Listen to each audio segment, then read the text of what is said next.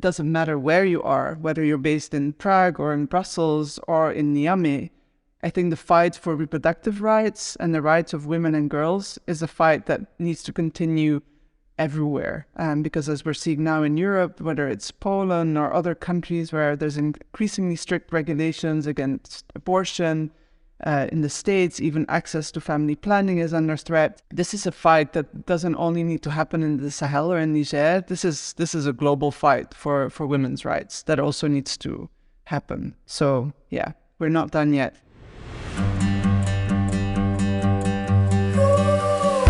Nature Solutionaries is a podcast about conservationists who do amazing things for nature and bring inspiration into our lives. Hi, and welcome to Nature Solutionaries, a podcast about conservation, women's rights, and sustainable population. This time, I'm interviewing two French-speaking guests, Lou Compernolle from Belgium and Sani Ayouba Abdou from Niger. So, bonjour et bienvenue dans mon podcast. Thank you. Bonjour. In today's episode, we'll talk about how reproductive justice, climate resilience, and sustainable development are interconnected and what solutions are currently being implemented to address these issues in sub-Saharan Africa, namely in Niger. Before we start, though, let me briefly introduce our special guests. Lou Compernolle is a sexual and reproductive health and rights expert with over 2 decades of experience. She currently works as Advocacy Program Lead at OASIS, a non-profit promoting education and choice for women and girls in the Sahel, a region of Western and North Central Africa extending from Senegal eastward to Sudan. Sani Ayouba Abdou is a program manager with more than 10 years of experience working with communities on education, youth development, and environmental issues.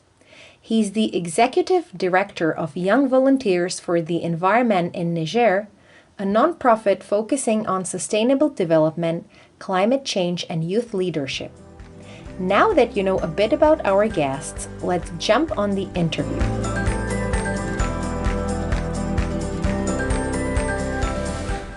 I'd like to start this interview with the two of you walking us through your personal journey of how you became who you are now. Lou, can you tell me how you went from being a Chinese studies student to working in reproductive justice? That's a good question. What took me from studying sinology and international law to sexual and reproductive health and rights is actually the fact that I was very interested in the rights aspect, having traveled a lot in China and having seen China change tremendously over the course of my studies. And my first job here in Belgium was working on an international conference, and I was responsible for a workshop on human rights. And part of that was also sexual and reproductive health and rights. And I met two amazing frontrunners, Belgian frontrunners, who worked in this field, and they completely changed my outlook on things and made me think for the first time really about sort of women's rights issues and the importance of having access. And then one of these women, who was the head of the European office of IPPF, the International Planned Parenthood Federation, invited me to come and work for them after the conference was over. And I enthusiastically took on that position. We were working on, it was in the Bush times, and we were working on the global gag rule, and everything was very exciting. So it was the coincidence of meeting two amazing fighters and women's activists here in Belgium that put me on the path, and I've been obsessed and passionate about the field ever since. It's amazing how some people can inspire us, right? Absolutely, and we've stayed in touch. I mean, they've retired now, but they're sort of my godmothers. So I've always kept them updated on where I was going and what I was doing, and I'm super grateful. Sani, I think you also had important role models in your life. Can you also share your story of how you grew up in one of the poorest neighborhoods of Niger's capital, Niamey, and later became the director of a youth climate activism network and a frequent representative of Niger in environmental issues abroad? when I was in the primary school in the scouting movement. So the scouting movement give us the opportunity to travel and to learn more about the world around us. And at that time, I was in the slum area called Gamkale. That's among the first area here in Niamey. And it's like the area also that's at the end of the city. So, it's not easy because the education system.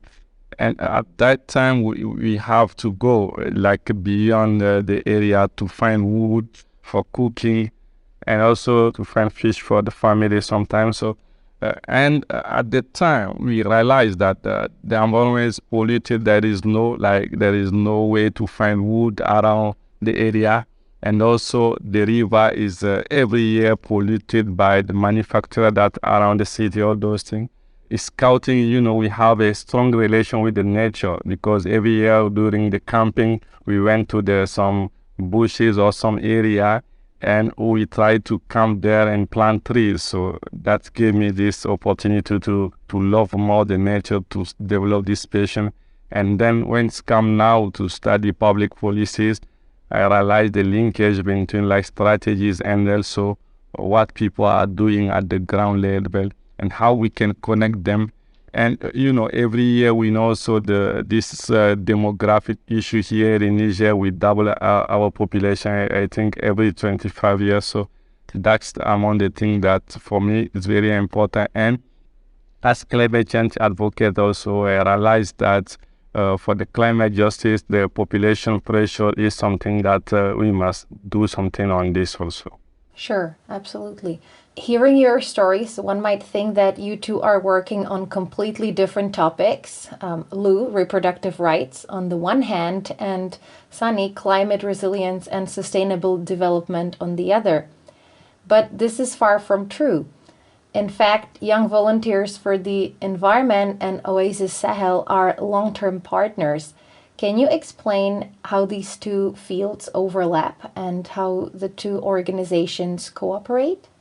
Reproductive health and family planning is a beautiful family. Everybody knows each other, but we're not very good at reaching out. And to me, the intersections are so obvious, but sometimes, as they say, common sense is not so common, and you need to talk about how important the intersections are. And I think especially in the Sahel, and especially, even more so in Niger, the population is now about 24 million. It's set to increase to about 66 million by 2050. So that's an enormous, an unimaginable growth.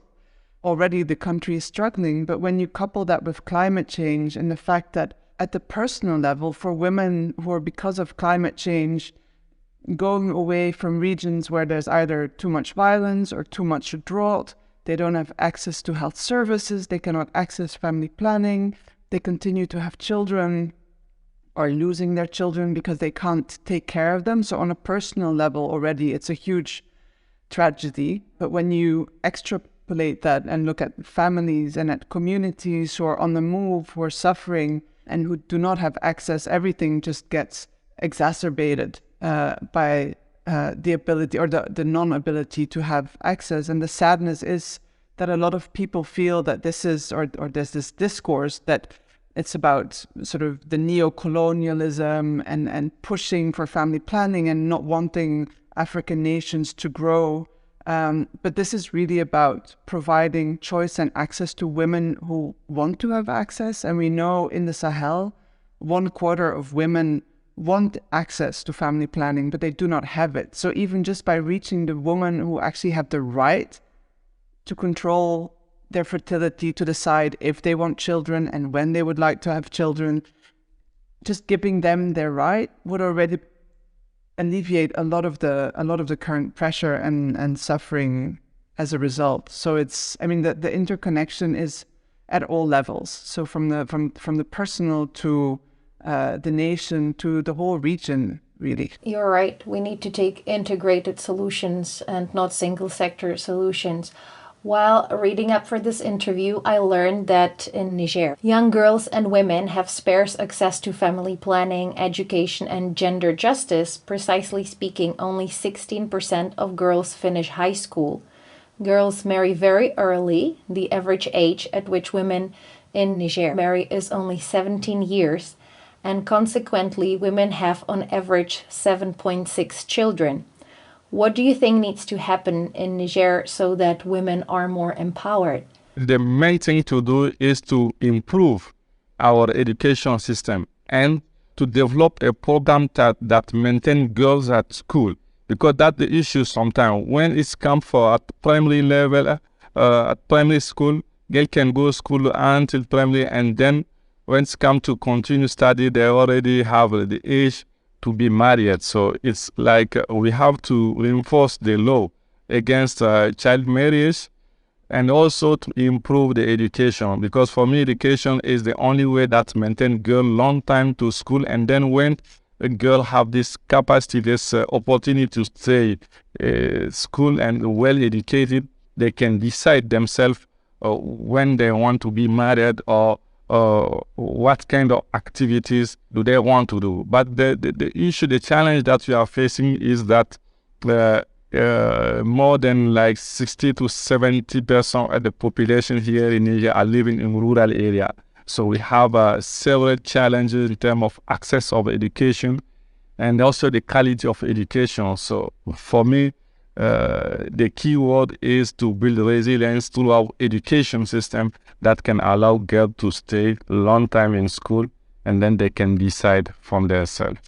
And is the government trying to improve the school system or increase the access of girls to schools? In some area, rural area, he trying to develop like a kind of internal system that can allow girls to stay at school in some safe space until like the end of the school year, because people are living so far, so sometimes it's not easy to have like the village or the community that can host the girls that are coming for the secondary school. So that's why they develop like an internal system that can allow girls to stay.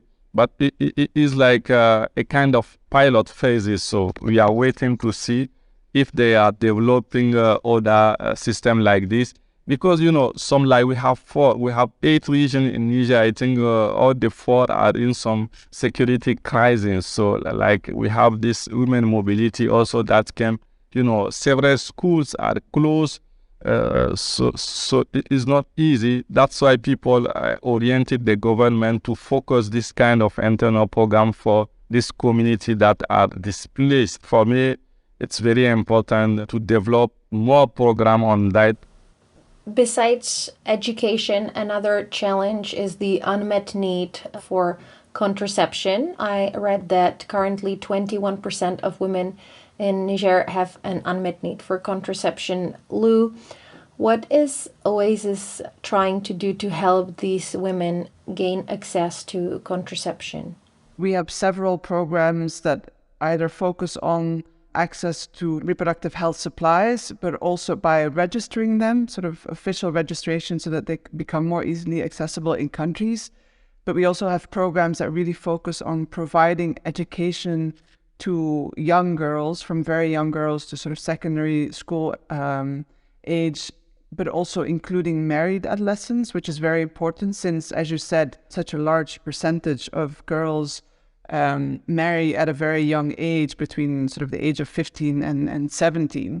And what we do is to make sure that within those educational programs that we're setting up in Niger, but also in Nigeria, is to make sure that there's also a health component and a component focused on reproductive health and rights, which includes not only sort of knowledge about family planning, but also how do you negotiate, for example, with your husband, and sort of the social skills that go with increasing access to quality family planning. So that's in a nutshell what we're doing. And then on the other hand, we have also, because as we said, everything is interconnected, but what is really important to remember in the Sahel is that Niger is not an island, and it's so closely linked to its neighbor countries. I mean, directly Chad and Burkina Faso and Mali, but also Mauritania. And what happens in Niger directly affects what's happening in Burkina, and the other way around.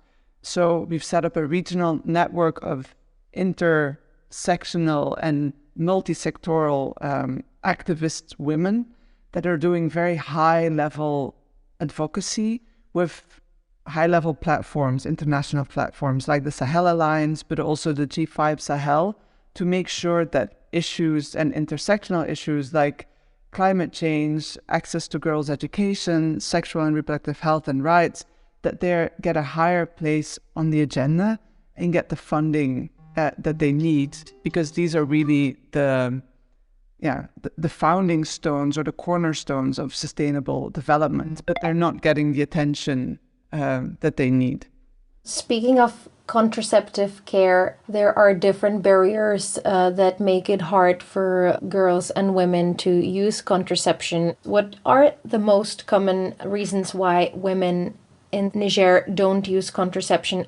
I think Sani already alluded to the huge challenges that Niger faces with the 8 regions, the fact that 4 of these regions are in sort of a conflict situation at the moment. So accessing health facilities, just as accessing education facilities, is already a huge problem. Then there's a problem with commodity security, with stockouts, with often supplies not being stocked up or not being available. So the supply of choice of a woman is often not there, which is also obviously a rights issue.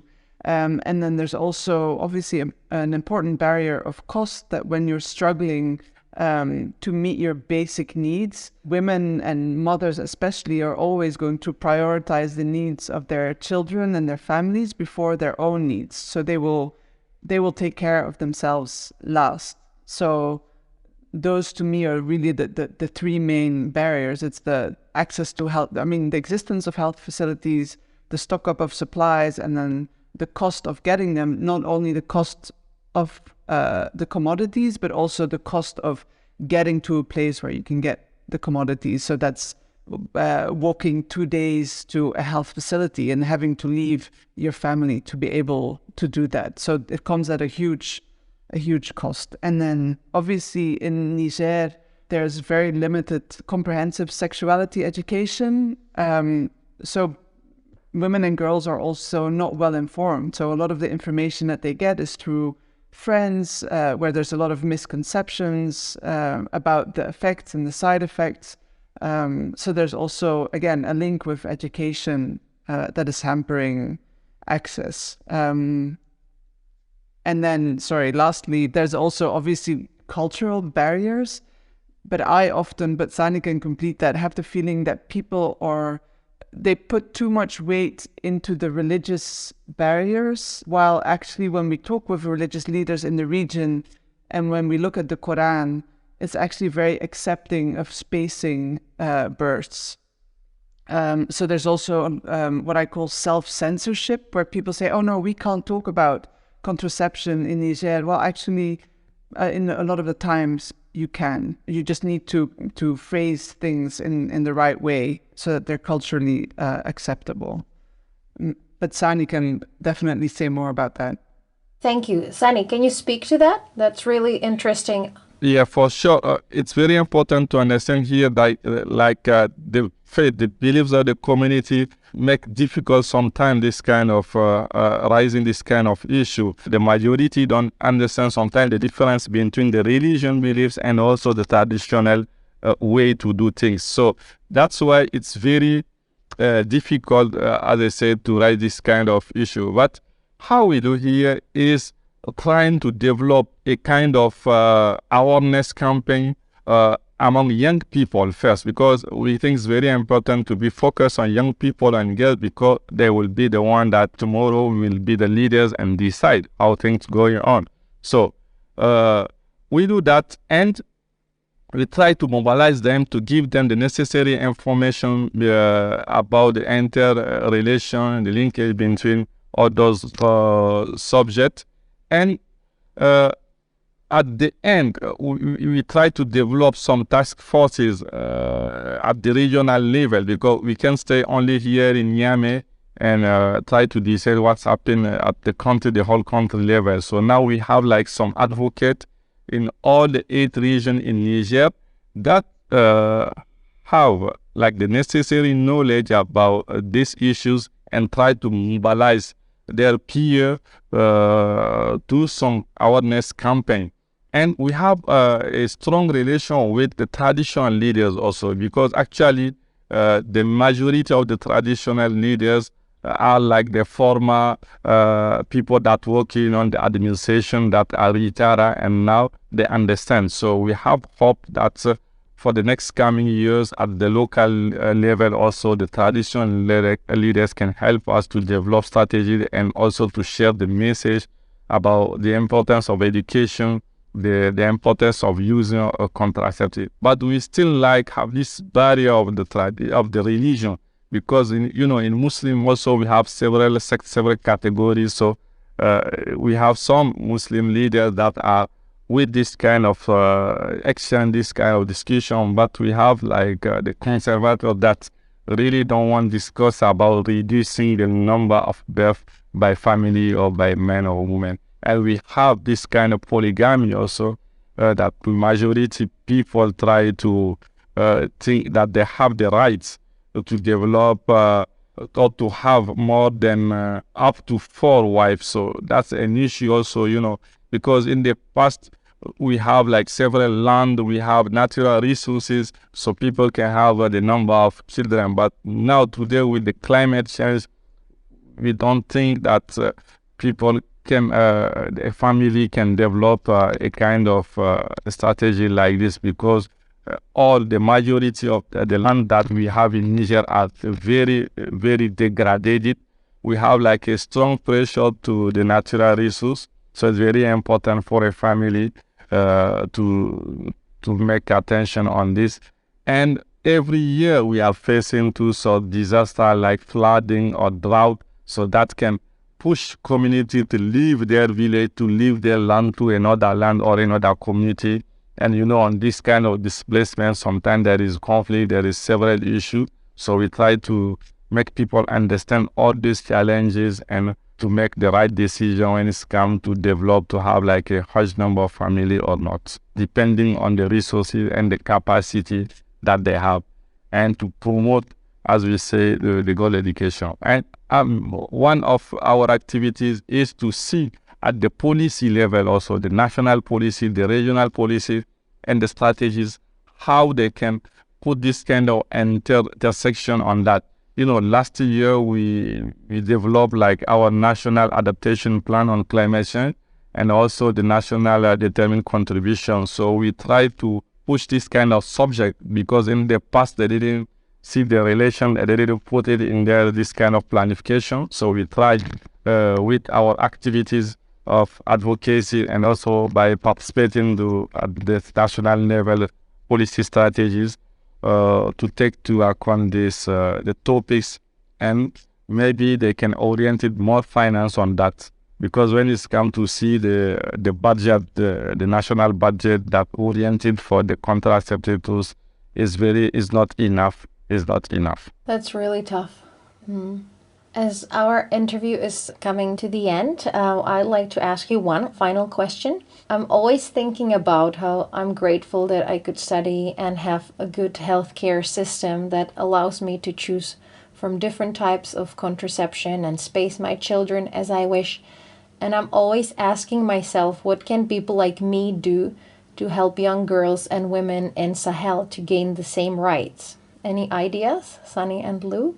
For me, the first thing is to still or to continue raising their voices, because sometimes it's not easy for the community, for guys coming from the rural area, or coming from the country like Niger, to have space to say or to be heard. So this kind of podcast, I think, can be something, your part of contribution, so to raise their voice, to raise the challenges that they are facing, and to let their story be heard, because very important, because sometimes when people don't know what's happening at the country level or ground level, they can develop some strategy or some tools that can help to deal with these challenges. For me, the first thing is to do that, and also to help to mobilize investor, or to share like best practices coming from similar countries that are facing the same challenges.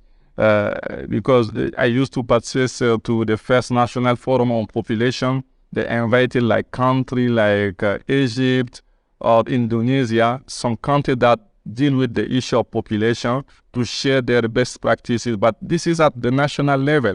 But it's very important to see how we can develop this kind of space of sharing information, or listen to the community, listen to the people that are facing to the challenges, to contribute themselves also to find solution for their daily problem that they are facing. So for me, that can be something that we can work closely together, and you can help to raise this kind of issues.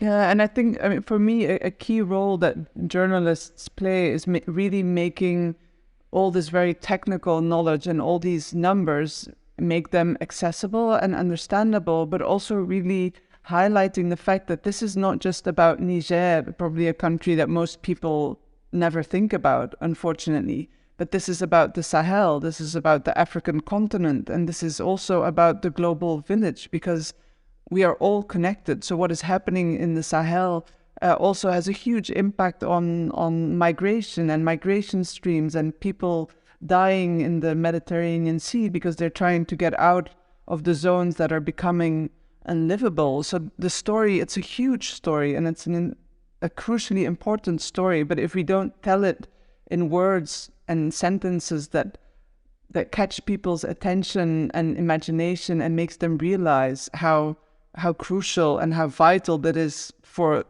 the globe, it's a huge responsibility on your shoulders, but it's absolutely key. That's one thing. And then on the other hand, it doesn't matter where you are, whether you're based in Prague or in Brussels or in Niamey. I think the fight for reproductive rights and the rights of women and girls is a fight that needs to continue everywhere. Because as we're seeing now in Europe, whether it's Poland or other countries where there's increasingly strict regulations against abortion, in the States, even access to family planning is under threat. This is a fight that doesn't only need to happen in the Sahel or in Niger. This is a global fight for women's rights that also needs to happen. So yeah, we're not done yet. Let's join the global fight for it. That's great. All right, that was great. Thank you. I wish we could talk more, but I think we got down to the nitty-gritty of what you're doing. And for further information, I included links to your websites in the show notes. I truly appreciate the work that both of you are doing, and I'm keeping my fingers crossed for you. Thank you. Thanks so much. And thanks so much for your interest and your time and your patience with us. Thank you so much for listening to this interview. It means that you're interested in the future of our planet and our civilization, which is a great start. If you want to get more involved, Sani and Lou shared that you can join the global fight for women's rights. You can help spread the voices of girls and women from around the world and raise awareness about this issue through social media or just through simple conversations with people around you. Before you click off, please subscribe to my podcast on your favorite podcast platform and let your friends know about this podcast by sharing it on social media. Next time, we'll take a flight from Niger to Venezuela, where I'll interview people from the Turimir Kiri Foundation about how this nonprofit is successfully bringing back reproductive health services to marginalized rural women and addressing one of the highest rates of teen pregnancies in the Caribbean region. For more information, visit veronicaperkova.com/podcast. I'm Veronica Perkova, and I look forward to talking to you soon.